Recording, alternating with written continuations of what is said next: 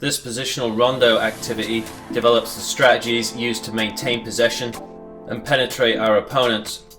The objectives are to develop creative and intelligent players who can find solutions to maintaining possession in the attacking phase, whilst also training the associated technical skills required.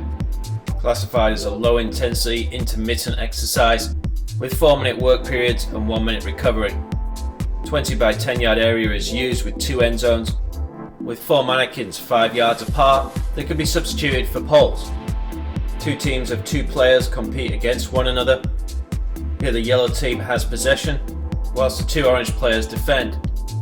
The pair in possession moves to the outside of the playing area and play with the 3 blue neutral players in a basic team arrangement. The attacking team attempts to maintain possession and switch the ball from one end of the area to the other, simulating the basic structure of playing out from the back, into and through the midfield and into a target.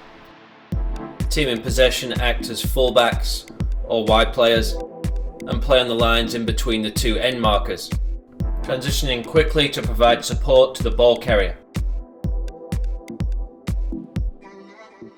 The diamond shape should be established amongst the supporting players, creating several passing lines, including first line support passes that don't bypass defenders, second line passes that go past defenders, or third line passes that penetrate and split defenders, always playing into the central midfield player before switching. Play is continuous with the 2 teams transitioning positions on a loss of possession. The ball hits a mannequin, play continues, testing the reaction skills of both teams in transition.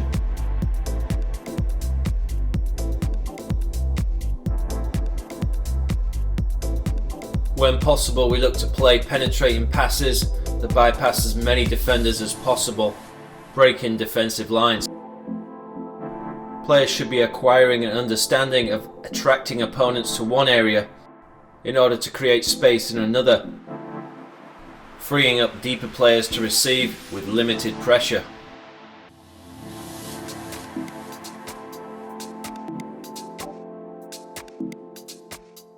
Incorporating third man runs to aid triangulation and also penetration. And when appropriate, using set passes and playing up, back and through patterns, playing a closer player in order to free up space for a deeper pass.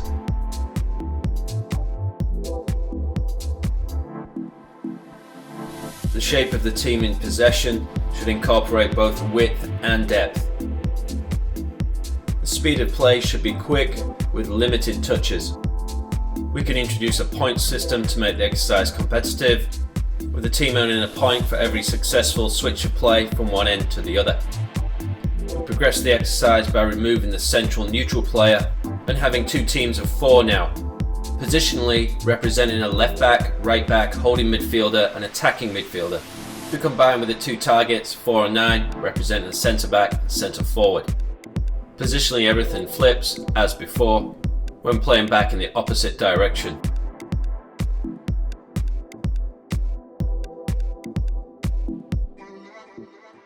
When defending, a team has 2 players positioned in each half of the field, who press and close space in a 4 versus 2 arrangement. We now allow one of the central midfielders to drop into the ball side half, whilst the far midfielder occupies the central area.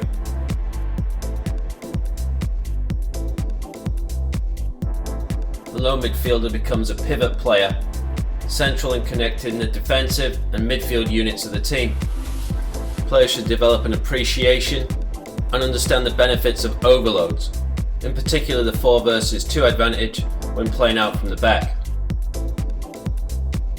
The possession team should learn to control the rhythm and tempo of the exercise, playing quick in some scenarios where our opponent presses, and sometimes slow to draw players before a quick switch. As a final progression, we allow the defending players to go anywhere in the area.